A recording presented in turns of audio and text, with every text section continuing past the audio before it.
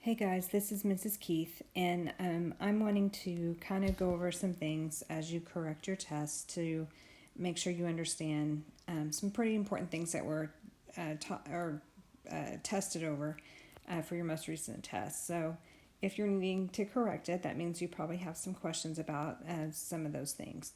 So, there's this summary of quadrilaterals information. Hopefully, you see that on your Canvas. Has some pretty good things to help remind you of all the properties. The first topic that we discussed on the test, it went over how to prove that a polygon or a quadrilateral is a parallelogram. So I'm going to pause for a second and then move to that part of the sheet. Okay, so the first thing, these are ways right here to prove that a quadrilateral is a parallelogram. We have 5 of those ways. So the first way is that you can show that both pairs of opposite sides are parallel. And we'll do that by, like if we have a parallelogram, let's say this is A, B, C, D, or this is quadrilateral A, B, C, D, and we want to show that both pairs of opposite sides are parallel. We'll either mark it in the picture with those arrows. That's a way to know that this is a parallelogram. And we might even just say it in a statement like this, like we'll say segment AB is parallel to segment DC. This marking right here means that those are parallel. And then we would need to say that AD is parallel to BC. So that's one way to show it. Now then, that's a pretty easy way to see that a quadrilateral is a parallelogram. And as advanced students, we probably wouldn't make it that easy on you. So let's kind of see another way that we might show it. All right, so if we have this quadrilateral, and I put these diagonals in there, those are diagonals, I might show that AB is parallel to DC. So now I know that that's parallel to that. Well, if these angles are numbered, like say this is 1, 2, 3, 4, 5, 6, 7, and 8. Another way for me to show that the other set of sides are parallel, like BC is parallel to AD, I could show that angle 8 is congruent to angle 4. Now, this angle and this angle, those are alternate interior angles. And remember, we talked about that when we talked about parallel lines. If alternate interior angles are congruent, then the lines that create those angles are going to be parallel to each other.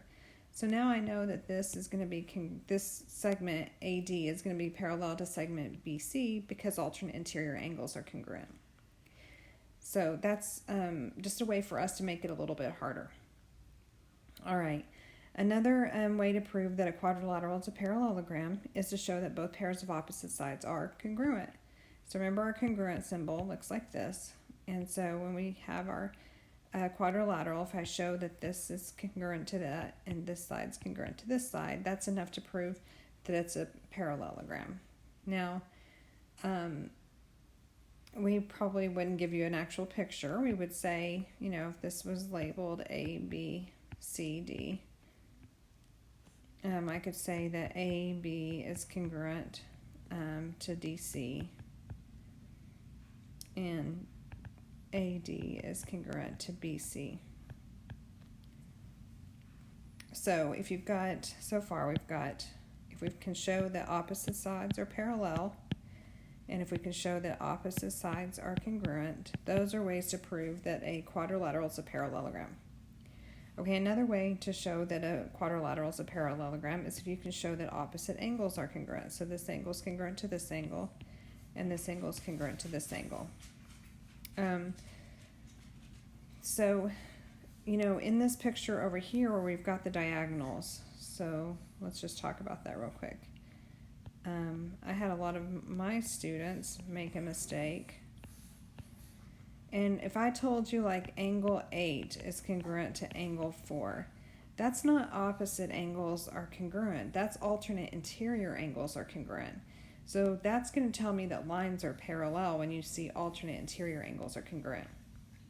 So you have to show that the whole angle's congruent, like if this were labeled A, B, C, D, I would need to show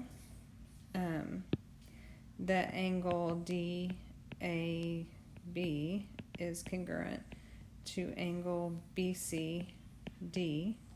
So that would mean that this angle is congruent to this angle. Remember, your middle letter is your vertex. And then I would need to show that angle ADC is congruent to angle BCD. So those are ways to show that opposite angles are congruent. All right, let me clean this up a little bit. All right, another way to prove that a quadrilateral is a parallelogram is to show that one pair of sides are parallel and congruent. So a picture for that would be like one pair of sides are both congruent and parallel, but it's got to be the same set of sides. It can't be different set of sides.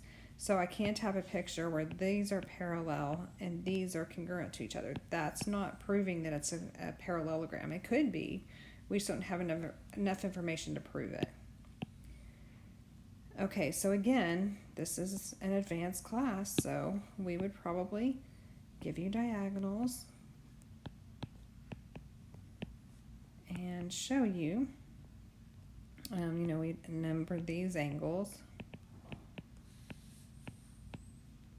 Okay, so we would show you like segment AB is congruent to segment DC. And then we could, if we want to show that those same segments are parallel to each other, we could show that angle 1 is congruent to angle 5. And that's because this angle and this angle are alternate interior angles. Those angles are formed by these segments and this transversal. Whoops, wrong transversal, sorry. They're formed by this transversal. Sorry about that. So as long as they're formed by the same set of lines and the same transversal, those are alternate interior angles, and if they're congruent to each other, then the lines are parallel. So this is enough to prove that this is parallel to this, and we were also given that they're congruent to each other. So that would be an example where we have one pair of sides that are both parallel and congruent. All right. Another property of a parallelogram is that diagonals bisect each other. And what I mean by that is when diagonals bisect each other, then this diagonal right here is cutting this diagonal into two equal parts. And then that diagonal is cutting this diagonal into two equal parts. So that's another way to prove that a quadrilateral is a parallelogram. You can only use these 5 properties to prove that a quadrilateral is a parallelogram. If you don't have one of those 5 properties, then you don't have enough information. But those should be the reasons that you use for questions 1 through 3 on proving whether or not a quadrilateral is a parallelogram. Okay, now then questions 4 through 7 on the test. Those were a little more special. So let's look at some of those properties. Okay, I'm going to go to, I know it's on that summary sheet, but I'm just going to go to a little whiteboard here and kind of describe some of the things that are special about a rhombus. So one of the important things about a rhombus is that, first of all, it's a parallelogram. It has all the same properties that a parallelogram has. Another thing special about it, though, is that this side's congruent to this side and this side's congruent to this side, but they're all 4 congruent to each other. So if you have enough information to know that a shape is a parallelogram, like let's say you're told, you're told that, I don't know, this side is parallel to this side, and then you're also told, that they're also congruent to each other. This is enough information to tell me that this is a parallelogram. Now let's say that I also told you that this side is congruent to one of those 2 sides. Well, automatically that makes this side congruent to all 4 of them because these opposite sides right here are congruent to each other.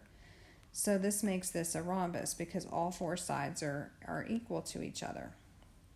That was one of your test questions. You were told that, first of all, you had this side congruent to this side. You had this side parallel to that same side. That's enough to prove it's a parallelogram. Then you were told that this side was congruent to this side. Well, automatically this side is also congruent to all of the other three sides because opposite sides are congruent. I know I just repeated myself. I just want to make sure you see what I'm saying. All right, that's one of our properties of a parallelogram, or of a rhombus, sorry. Another property of a rhombus is that diagonals are perpendicular to each other. So they form those right angles in there. So I know, like on topic 2 specifically, you may have to use a Pythagorean theorem to solve some problems, because you've got a right triangle right here. This is a right triangle, so you may have to use Pythagorean theorem. If you were using Pythagorean theorem, this would be your A, this would be your B, and this would be your C, because the C is always across from your right angle. All right, let's see. Another special thing about a rhombus is that when you draw those diagonals, you're cutting those opposite angles that are equal to each other because it's a parallelogram, but you're cutting those opposite angles into congruent angles. You're bisecting them. So let's say that this were 20. This would also be 20. This would be 20, and this would be 20. And then these are going to be bisected as well. Well, we already know that because it's a rhombus, these are perpendicular right here, so each of those are 90. And then you can use the fact that a triangle, the angles inside of a triangle add up to be 180 degrees. So this would have to be 70 here, which makes this also 70 because those have been bisected, and this is 70 and this is 70. So those are some properties of a rhombus. You've got all four sides equal, you've got diagonals that are perpendicular, and you've got diagonals bisecting opposite angles. All right, properties of a rectangle. They're parallelograms as well. They have the same properties, but they also have all four angles that are congruent to each other. So let's say you're told, as long as you're told, like say A, B, C, and D, if you're told that, let's see, if I'm told that angle A is congruent to angle C, and I'm told that angle B is congruent to angle D, that's enough to prove it's a parallelogram. Now, if you're also told that angle B is congruent to angle C, then you automatically know, using transitive property, if nothing else, that all four angles are going to be congruent to each other. And so you would know it's a rectangle because you've got four right angles then. So that's the way we did it on the test. First, you had enough information to prove it was a parallelogram, and then you had enough information to prove that all four angles would end up being equal to each other. All right, another property of a rectangle is that diagonals are congruent to each other. So that means that AC is congruent to segment BD. Well, we also know, because a rectangle is a parallelogram, we know that diagonals bisect each other, so they're all going to be equal to each other. Well, that creates an isosceles triangle. So let's say you're told that this angle here is 20 degrees. This angle here is also going to be 20 degrees because alternate interior angles are equal, and that's because these lines are parallel because it's a parallelogram. You also know, because it's a rectangle, that this angle here, this whole angle, has to add up to be 90 because it's a rectangle. So that angle has to be 70, which would mean that this angle has to be 70. You also know that because it's a rectangle, we know we've got these isosceles triangles in here.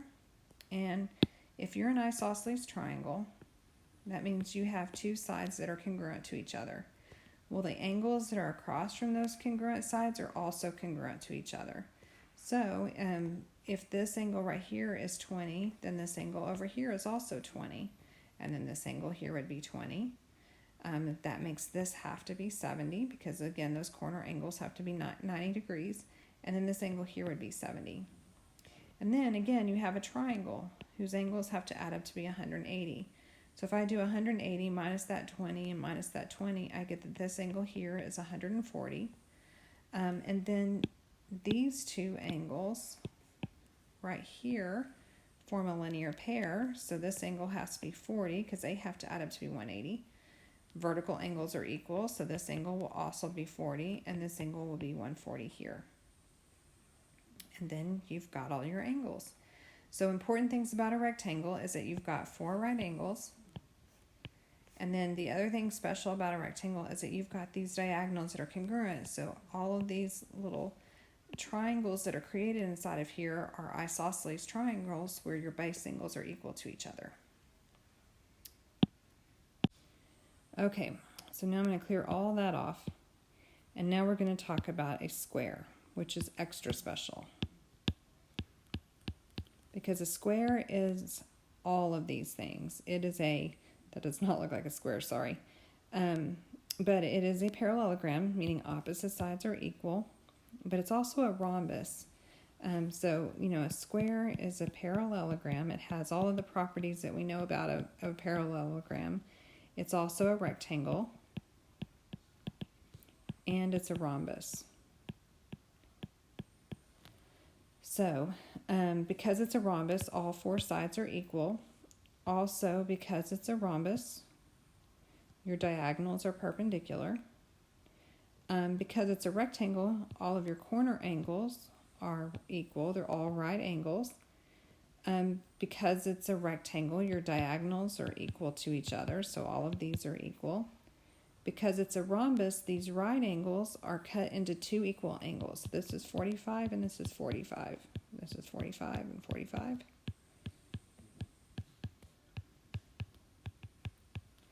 So but that's all the special things about a square. All right, let's see. We also talked about a kite and a trapezoid. So a kite.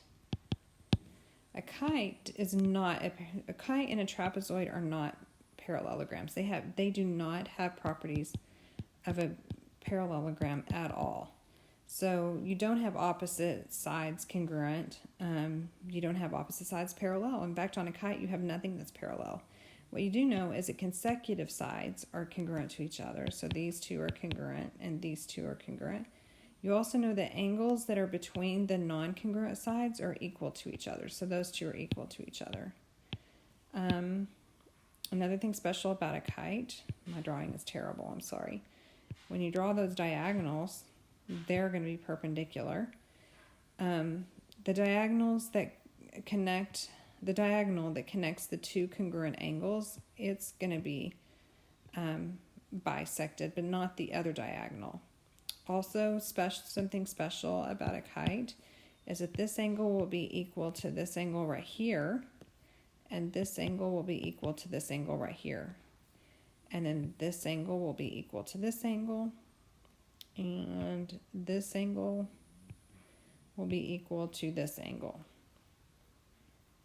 All right, let's see.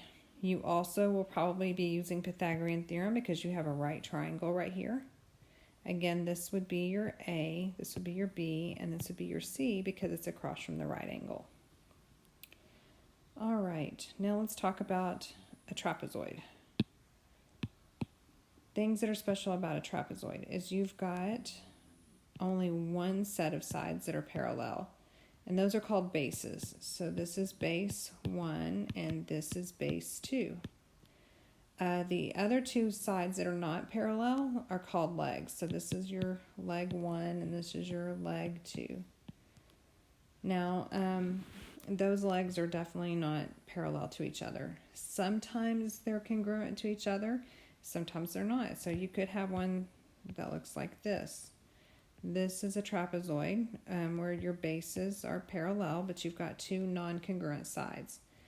If the legs are congruent, so let's say you've got a trapezoid where you've got one set of sides that are parallel and then the legs are congruent to each other. If that's the case, these base angles are equal to each other, just like on an isosceles triangle. On an isosceles trapezoid, the base angles are equal to each other if it's an isosceles trapezoid. Another thing special about it is that just like a rectangle, diagonals are congruent to each other. So AC is congruent to BD. That's why you have to know that it's a parallelogram for you to know that a rectangle truly is a rectangle, because it could be a trapezoid if it's not.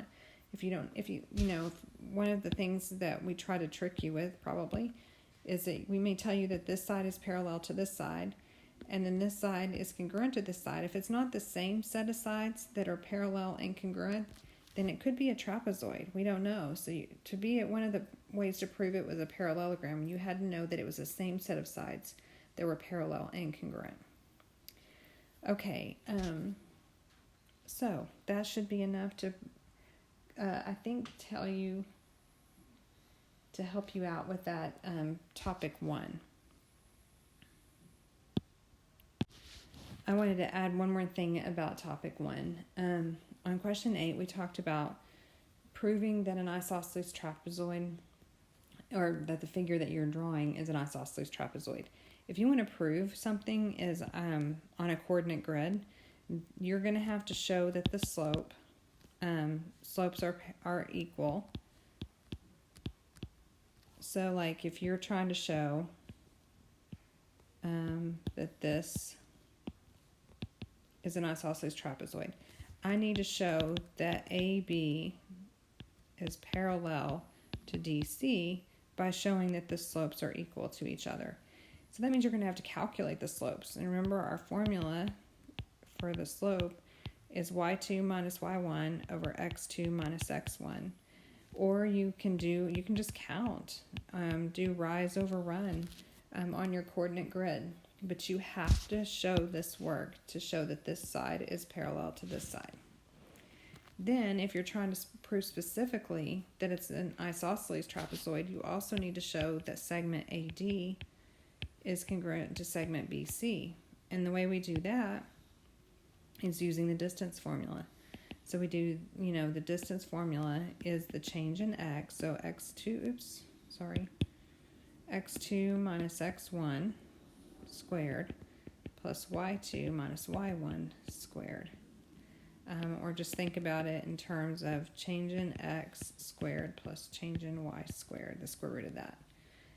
Or again, you can do your Pythagorean theorem. You can figure out what your rise is and what your run is, and do the distance formula, using Pythagorean theorem. So you've got your a squared plus b squared equals c squared. Another way to show that. But again, you have to show the work to show that these two segments are congruent to each other. All right. Okay, that's all for topic 1. I'll do another video for topic 2.